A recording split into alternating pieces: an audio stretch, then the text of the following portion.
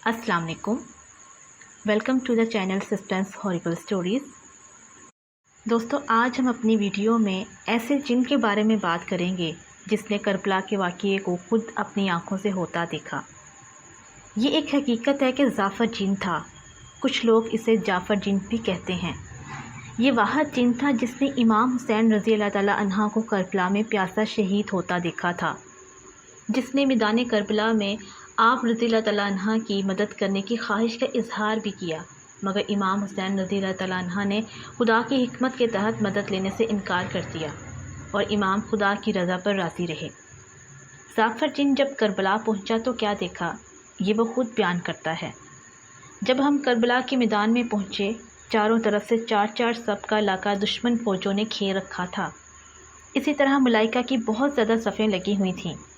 मंसूर नामी फ़रिश्ता कई हज़ार का लश्कर लिए हुए एक तरफ, मलिक नसर नामी फ़रिश्ता कई हज़ार का लश्कर लिए हुए दूसरी तरफ, जिब्राइल कई हज़ार का लश्कर लिए इस तरफ, मिकाइल कई हज़ार का लश्कर लिए दूसरी तरफ। इसी तरह फ़रिश्ता इसराफील, फ़रिश्ता हवा, फ़रिश्ता दरिया, फ़रिश्ता पहाड़, फ़रिश्ता दोज़ख, फ़रिश्ता अज़ाब, इनमें से हर एक फ़रिश्ता कई कई हज़ार का लश्कर लिए इमाम हुसैन रज़ी अल्लाह ताला अन्हा के एक इशारे का मुंतज़िर था।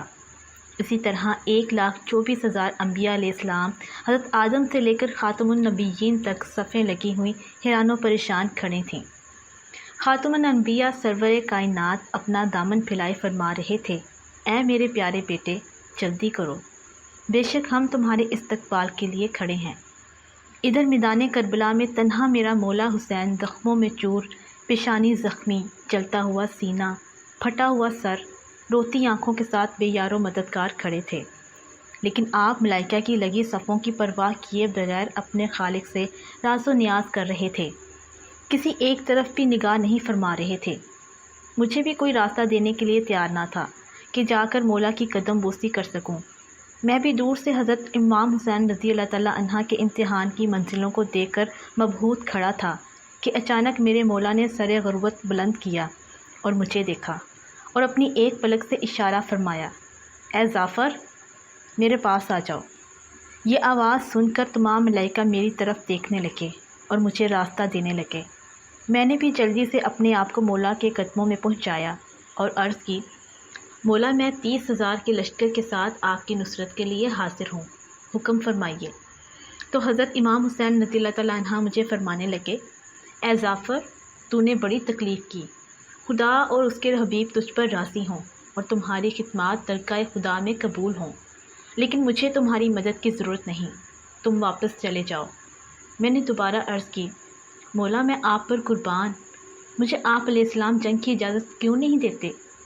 तो हज़रत इमाम हुसैन रज़ी अल्लाह ताला अन्हा फरमाने लगे, तुम तो उनको देख रहे हो मगर वो तुम्हें नहीं देख रहे, और ये बात जवां मर्दी के ख़िलाफ़ है कि वो कहें हुसैन ने हमें नामरई मखलूक से मरवा दिया है। तो मैंने अर्ज़ किया, मौला, हम इंसानों का रूप ढाल लेते हैं, अगर इस सूरत में कत्ल भी होंगे तो रज़ाए इलाही के रास्ते में शहीद होंगे। तो मौला मुझे फरमाने लगे, जाफ़र, रहने की चाहत नहीं, अब तो फ़कत बकाए परवरदिगार की आरज़ू है। तुम अपनी जगह वापस पलट जाओ और मेरी अब नुसरत करने की बजाय मुझ पर गिरिया और इज़ादारी करना। तुम्हारी ये इज़ादारी और गिरिया मेरे ज़ख्मों का मरहम बनेगा। जाफ़र जिन रोते भी रहे और हुसैन इब्न अली को कत्ल होता देखते रहे। वाक़या करबला के बाद जाफ़र जिन ने कई सौ साल ज़िंदगी पाई। नाज़रीन, ये जिन कोई पहली बार हज़रत इमाम हुसैन रज़ी अल्लाह ताला अन्हा की मदद को नहीं आया था, इससे पहले हज़रत अली से भी मिल चुका था। हज़रत अली की नज़र ना आने वाली मखलूक़ात से 83 जंगें हुई थीं, जिनमें एक मशहूर जंग बैरुल इल्म थी। अरबी में बैरुल कुएँ को कहते हैं। एक मरतबा जब रसूल पाक सल्लल्लाहु अलैहि वसल्लम और असहाब किसी काम से वापसी पर मदीना आ रहे थे तो रास्ते में प्यास की शिद्दत महसूस हुई। हुक्म हुआ कि पानी तलाश किया जाए। असहाब को एक कुआं नज़र आया जिस पर कुफ़ारे जिन्नों का कब्ज़ा था और किसी बनी आदम को सिराब ना होने देते थे। सहाबा कुएं के पास जाते रहे मगर खाली हाथ लौटते रहे। आखिरकार रसूल पाक सल्लल्लाहु अलैहि वसल्लम ने हज़रत अली रज़ी अल्लाह ताला अन्हा से कहा कि देखो क्या माजरा है। जब हज़रत अली रज़ी अल्लाह ताला अन्हा कुएं के पास गए तो समझ गए और कुएं में सर करके एक अजीब ज़ुबान में गुफ्तगू की।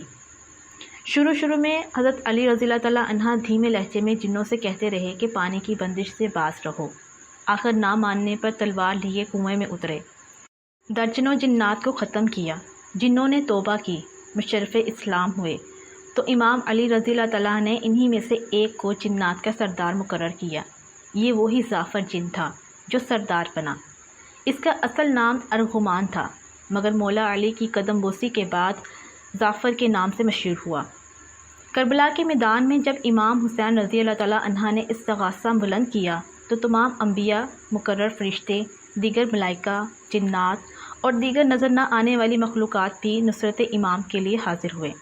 ملائکہ کا ایک گروہ اپنے منصور نامی سردار کے ساتھ آیا اور جنات کا ایک گروہ اپنے ظافر جن کے ساتھ حاضر خدمت ہوا۔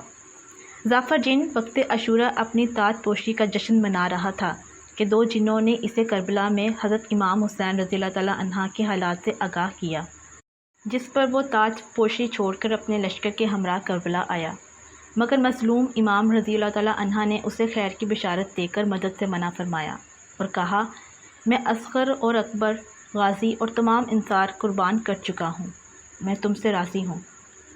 اس پر وہ بات صادق آتی ہے، شہیدان وفا کے حوصلے تھے دید کے قابل، شہیدان وفا کے حوصلے تھے دید کے قابل، جہاں پر صبر مشکل تھا وہاں پر شکر کرتے تھے۔ رسول خدا کے نواسے کو کسی کی مدد کی کیا ضرورت تھی؟ وہ چاہتے تو ملائکہ ان کی مدد کرتے، وہ چاہتے تو غیر مرئی مخلوقات ان کی مدد کرتیں، لیکن معاملہ اور تھا۔ امام حسین رضی اللہ تعالیٰ عنہ کی دور اندیشی اور بہادری دیکھیے، فرمانے لگے، یہ بات جواں مردی کے خلاف ہے کہ میں کسی غیر مرئی مخلوق سے مدد لوں۔ ہم اپنی زندگی میں کیسا طرز عمل اختیار کیے ہوئے ہیں، کیسی روش اختیار کیے ہوئے ہیں، یہ ہم سب کے سامنے ہے اور تمام لوگ اس بات کو جانتے ہیں۔ خدا ہمیں رسول پاک صلی اللہ علیہ وسلم کی سنتوں پر اور حضرت امام حسین رضی اللہ تعالیٰ عنہ کی پیروی کرنے کی توفیق عطا فرمائے اور ہماری زندگیوں میں عافیت دے دے۔